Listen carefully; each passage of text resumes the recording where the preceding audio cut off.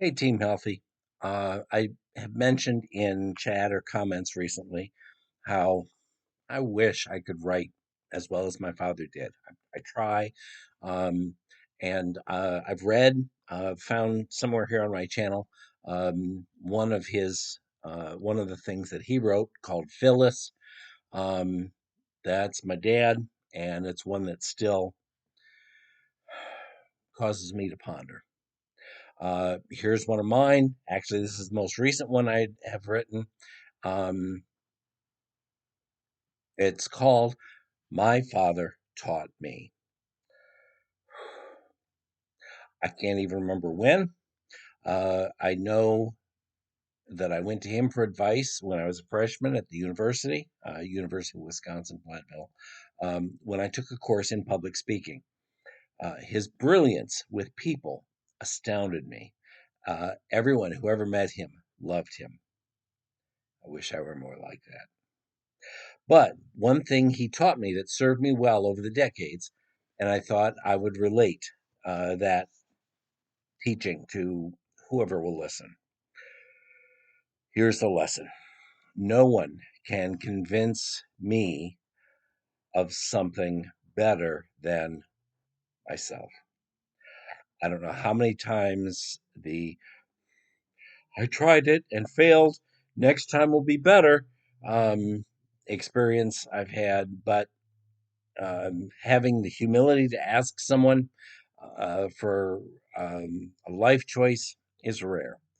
Often it's couched in conversation where a person is relating a frustration to over something and they just can't, from whether it's from their own experience or their own perspective, they just can't see the obvious, which perhaps you and me would see an obvious answer that they just don't, but they, wouldn't see the obvious answer to their quandary.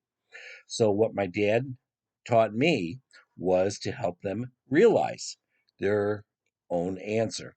I learned elsewhere down the road that a smart man uh, can answer um, uh, with, can give a good answer, but a wise man will ask excellent questions. Um, this dovetails into what I'm working toward here.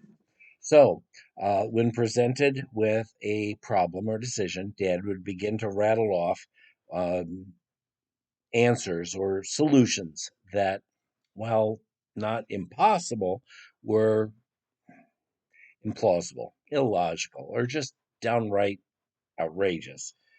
The giver, or this gives the opportunity for the hearer to, in keeping with communication, um, to present some of their own solutions. And so, what my dad would do is he'd ask questions about their solutions to kind of gauge their earnestness or their willingness to commit to those solutions, especially if he heard one of the a solution that he himself would give. So the hero would walk away, um, justly feeling as if they had solved their own problem. The true beauty, even if the other person selected a different approach or a different answer, um, it was fine with him. No solution is always worse than the wrong one. And if their solution did work, my dad would learn from them and become wiser in the process. The reward is intense. Seeing someone succeed and thrive, knowing that you may have played a small role in that, it causes me to smile. Quietly. Congratulate them. They deserve the credit because they're the ones doing the actual